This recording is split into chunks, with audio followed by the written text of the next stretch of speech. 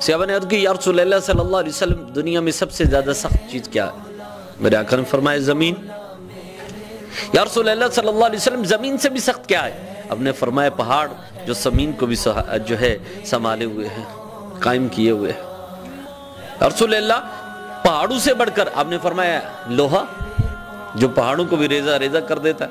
یا رسول اللہ صلی اللہ علیہ وسلم لوہے سے بھی بڑھ کر کوئی سخت چیز ہے؟ میرے آقا نے فرمایا ہاں آگ جو لوہے کو بھی پہلا دیتی ہے۔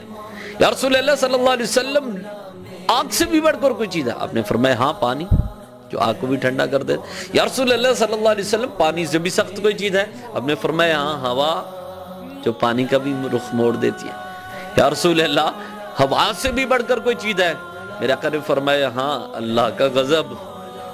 یا رسول اللہ اللہ کے غضب سے بھی بڑھ کر کوئی چیز ہے؟